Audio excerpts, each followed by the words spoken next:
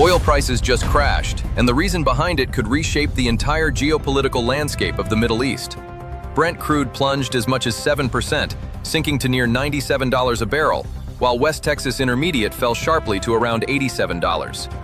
The trigger was growing signals that a United States diplomatic push to try to end the conflict with Iran may be gaining serious momentum, and markets reacted immediately.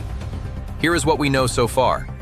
Two officials from Pakistan, which reportedly delivered the proposal to Iran, described a 15-point plan that is sweeping in its scope.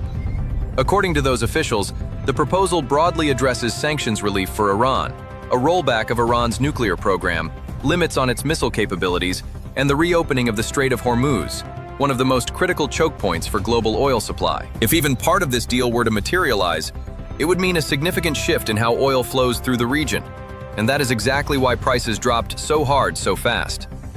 But here's the complication that traders and analysts are watching very carefully. Iran has consistently denied that it is holding any talks with the United States. Iranian leaders pushed back publicly, saying the U.S. is, in their words, negotiating with itself. That denial introduces a major layer of uncertainty. If Iran is not at the table, or at least not acknowledging that it is, the path to any actual agreement becomes far more difficult to predict. So why did oil markets react so sharply despite Iran's denials? Because even the possibility of diplomatic progress changes the calculus for traders. The conflict between the U.S. and Iran has been a key driver of a risk premium baked into oil prices for months. Any sign that tensions could ease, even tentatively, gives markets a reason to sell. Energy companies and oil-exporting nations are on the losing side of this move, at least for now, while consumers, importers, and industries that depend on cheaper fuels stand to benefit if prices continue to decline. The broader market implications are significant.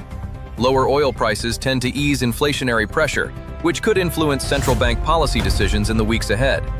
Stock markets will be watching closely to see whether this diplomatic signal translates into real negotiations or fades into another round of geopolitical uncertainty. Looking ahead, the situation remains deeply fluid. If the 15-point proposal gains traction and Iran engages, even quietly, oil could face sustained downward pressure, and markets could see a meaningful repricing of risk across energy, defense, and shipping sectors. But if Iran continues to reject the premise of negotiations entirely, this price dip could reverse just as quickly as it arrived. For now, the world is watching Pakistan's role as a mediator and waiting to see whether diplomacy or denial wins out.